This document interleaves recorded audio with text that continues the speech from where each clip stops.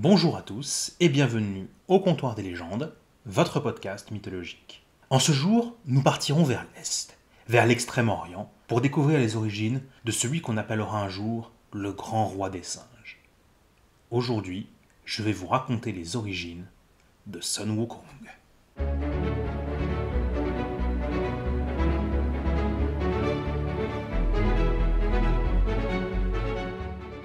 Contrairement aux autres dieux, la naissance de Sun Wukong fut bien singulière. Par une sombre nuit d'orage, un éclair vint frapper un rocher, le fendant en deux sur le coup. De ce rocher brisé sortit un œuf de pierre, qui éclot, libérant un singe, lui aussi de pierre.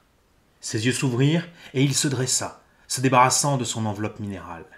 Sun Wukong était né, mais il ne portait pas encore ce nom.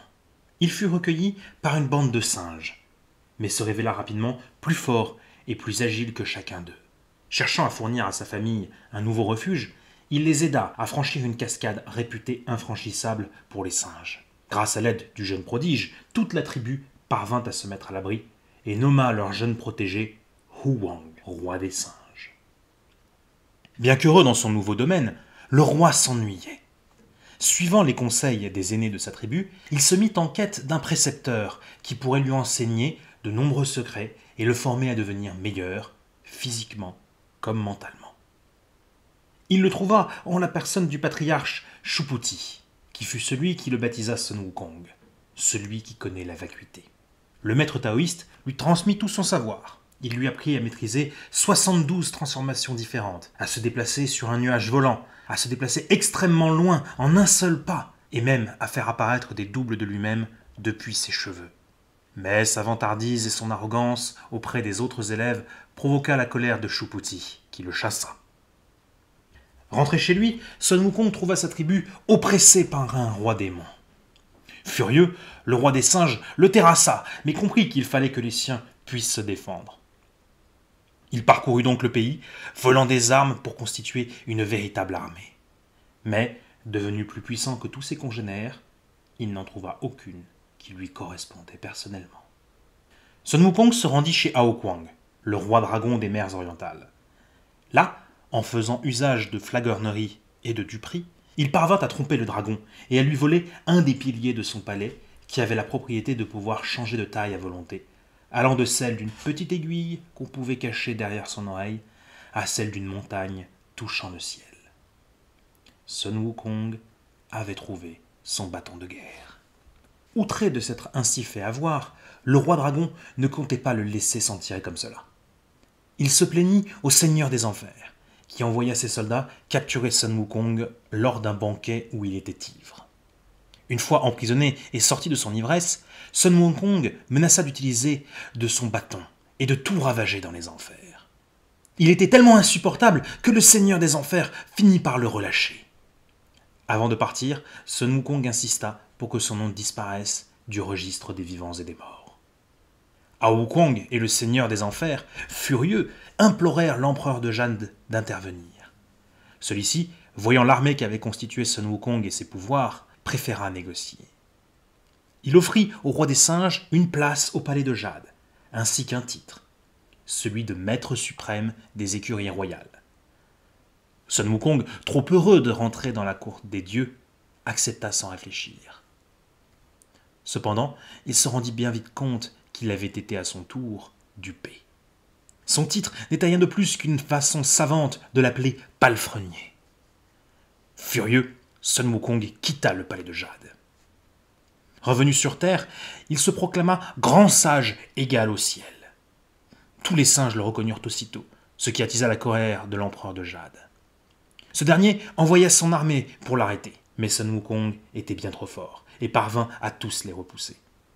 L'empereur consentit alors à l'idée de ses conseillers de lui accorder son titre, vu qu'il ne rimait à rien au ciel.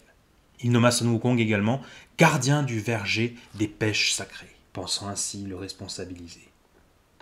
Ce fut là une catastrophe.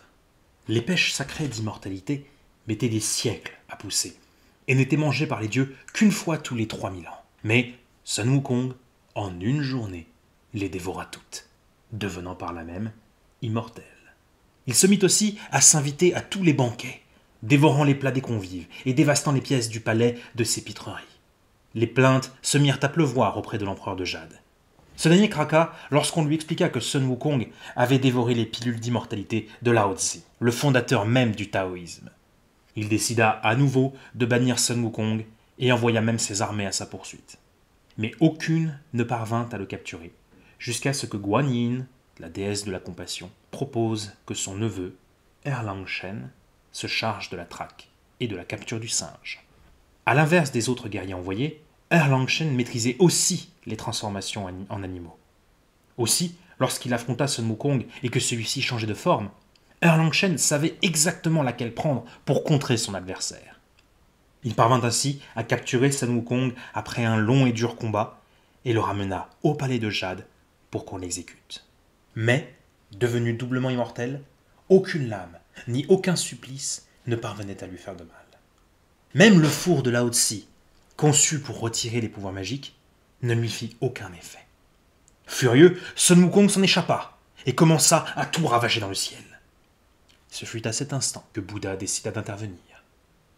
Bouddha prit Sun Wukong dans sa main et lui expliqua qu'il aurait la liberté s'il parvenait à sauter hors de sa paume.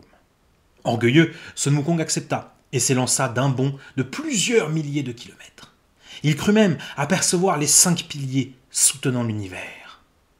Mais, en se retournant, il découvrit qu'il était toujours au creux de la main de Bouddha, qui avait simplement grandi jusqu'à devenir aussi grand que l'univers.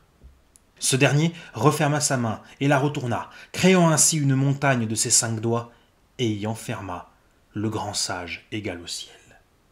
Ainsi, Sun Wukong fut enfermé pour des siècles, et les cieux retrouvèrent leur quiétude.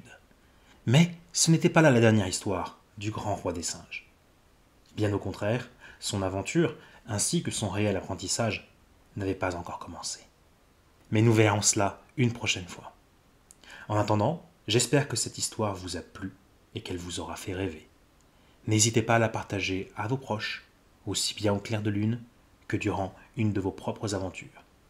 Je vous dis à bientôt au comptoir des légendes, et n'oubliez pas que c'est mené par nos histoires que nous dirigerons notre avenir.